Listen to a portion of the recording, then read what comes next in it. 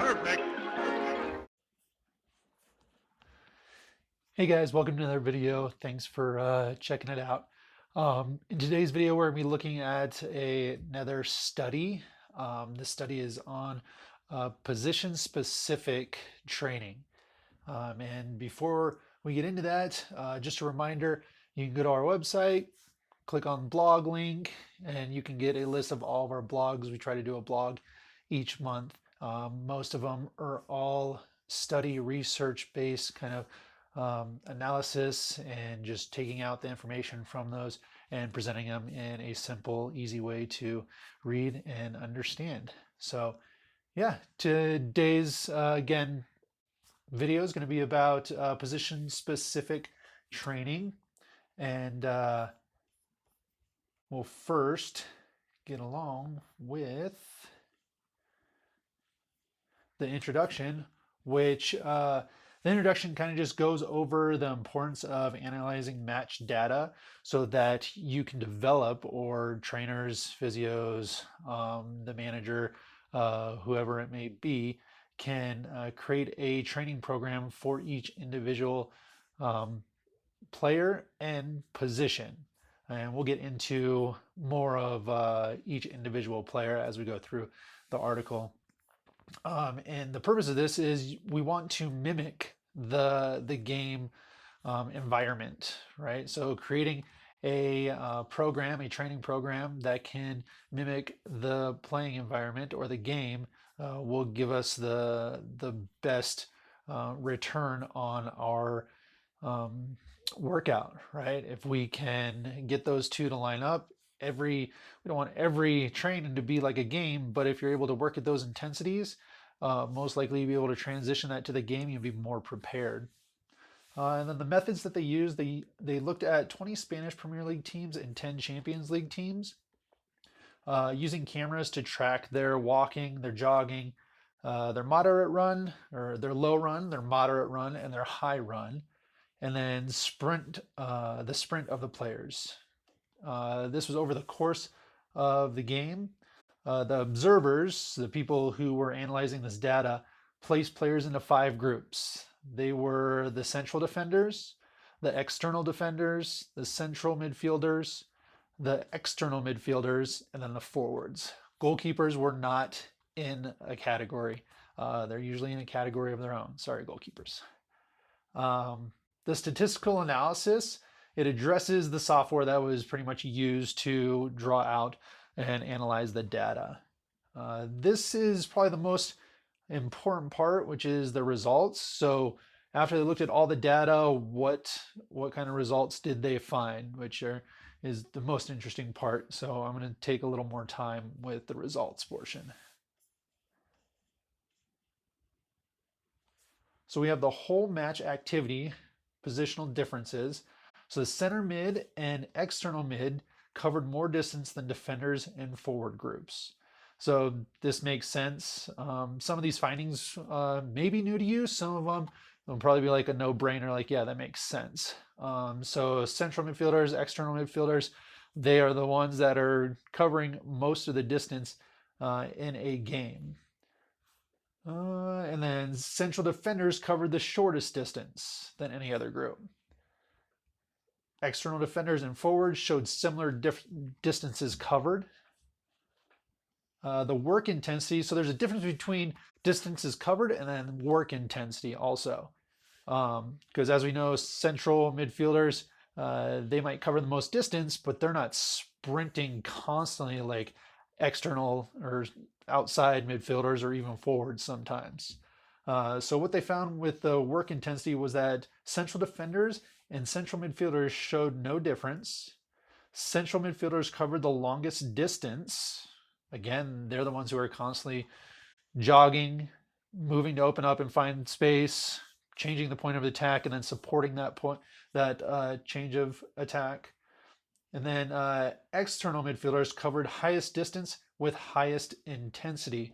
So the external or outside midfielders, they were the ones that were running the furthest and at the highest intensity. So they were sprinting the longest. And then central defenders and central mids, covered shortest distance of intensity. So the central defenders in most of this study, they're on the lowest side of everything. The intensity, which is the sprint and run intensity, as well as the distance. And then for the central midfielders in this case, they showed the shortest distance and intensity, but again, they showed the shortest distance overall. So they might not necessarily be sprinting the entire time, but they are jogging and moving and covering a larger area than the forwards, the central defenders, and sometimes the external defenders. Next, the distance covered with the ball. So this is when players actually have the ball and the distance that they are covering. The central defenders covered the shortest distance with the ball. The rest of the study didn't see any significant difference between the other positions, but for a central defender, being an ex-central defender, you receive the ball, you give it to the center mid players, or you give it to an outside player. So those players primarily have the ball and are covering more distance with the ball. Again, a central defender, primary role, getting things organized, and then winning the ball, giving it up to a player that their job is to distribute the ball. So this finding kind of makes sense. They also went into the first half versus second half.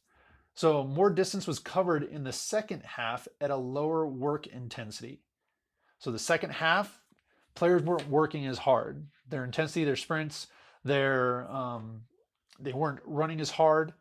This was all the second half was lower in that area. More distance was covered in the first half at a medium intensity. So medium intensity, higher rates of running, working harder in the first half makes sense. From the start, you see players sprinting right away. So it makes sense that we see a difference between the first and the second half, with the first half having a higher intensity and then the second half having a little lower intensity. Comparisons between halves according to players' different positions. So the second half, midfielders covered more distance by walking and jogging. So that first half, maybe they put in most of their sprints, and then in the second half, they started to calm things down and just stay at a walk or jog pace. The lowest intensity run dropped in all positions except the external defenders. So the outside defenders, they pretty much kept their run intensity. All the other positions dropped off, which makes sense if they're all working extremely hard, the central midfielder, the external midfielder, and the forward. If they're working really hard in that first half and exerting a lot of energy and intensity, then in the second half we see it kind of drop off, where an outside defender or an external defender, theirs stayed at a constant pace and didn't drop. And then the forwards covered more distance with the ball in the second half. So in the second half, forwards getting more of the ball. A lot of this we can also probably contribute to tactics. Maybe they're playing more balls into the forwards for them to run onto, getting the balls into the forwards for them to attack more. Again, how the formation is set up. Maybe a formation, there was an adjustment in the formation. So there's things that can contribute to why forwards might be covering more distance with the ball in the second half. And then the discussion. Again, the discussion here is a pretty important part of the research. It gives some important points to consider or think about when trying to design a program or a training program for each position. They stated that player body makeup and genetic characteristics could determine where players play at and on the field. So depending on a player's, it says here, their age, stature, body mass, BMI, and the player's position can determine the player's position. So we see defenders, especially central defenders, maybe bigger, more body mass, right? Central defender or central midfielders, probably a little smaller, less in stature. External players, maybe a little taller, less body mass. Forwards, a good balance probably of all of these areas. And then external defenders probably similar to external midfielders. So depending on the body type can determine where you're going to be positioned sometimes and where you'll have more success in a position. Age is another thing. Older players probably not going to be sprinting up and down the field as much as they used to. So what happens? They usually get drawn or pulled back into the middle where there's less running, not less running, excuse me, less intensity, more running, which they are able to do, but the intensity of the running is lower. Now on the outsides, we have younger players who are able to run those lines and get a lot of that intensity that young players have. So central midfielders and external midfielders covered greatest distances. Shortest distance was central defender. We covered this in the results a little bit.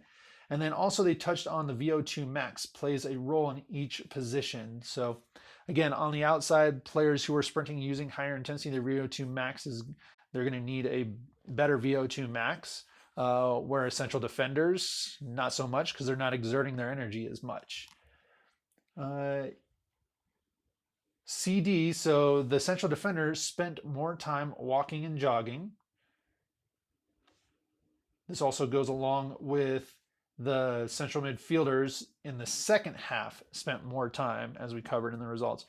In the second half, central midfielders did more walking and jogging. It also shows that the central defenders did more walking and jogging than any position. And then external midfielders covered more distance with the ball. This makes sense. Most of the time, we're looking to get the ball to the outside players for them to run along the flank and then play a ball into the middle, have a cross, or carry the ball in the middle, have a strike. So switching the point of attack, getting it to the outside players, having them move the ball forward, and then switching the point of attack, moving the ball forward, getting it to the outside, shifting the defense is an important part of soccer. So it makes sense why the external midfielders would have more of the ball and cover more distance with the ball. The average number of sprints was 17, and it was lower than 20 meters. It was very rare that there was ever a sprint over 20 meters, and this makes sense as well. We usually sprint 5, 10, 15 meters, and then we either change direction or we play the ball off and we slow ourselves down. So this transitions into acceleration being very important. Some of the greatest players, again, Messi, Ronaldo, their acceleration is faster than most players, allowing them to move past players very quickly. So what can we do with this information? You can, using this information, depending on what your position is, you'll want to develop programs around your position. If you're a central defender, you're walking or jogging most of the time. Doesn't mean you're not sprinting, but you're going to be covering less distance also. So your workouts are not going to be as intense as maybe an outside midfielder. Outside midfielder going to be working on a lot more sprinting, sprinting with the ball more, making sure that you're working on things that set you up for success in your position. Identifying what your position is, and if you're best suited, again, usually coaches do this, but if you feel that you're not best suited for the position that you're in, maybe you train for another position so that you're versed in both and you're training for both so that you have the ability to work at both positions. I did another blog about college female position specific differences, and at the college level they found that there were for a female team they found that there were no differences. So some of this research, some of these articles kind of contradict each other sometimes, but it's good to know what's out there so that you can create programs and train for success. So thank you for checking out the video. Please like, subscribe, comment, and we will get you another video here shortly. Thank you.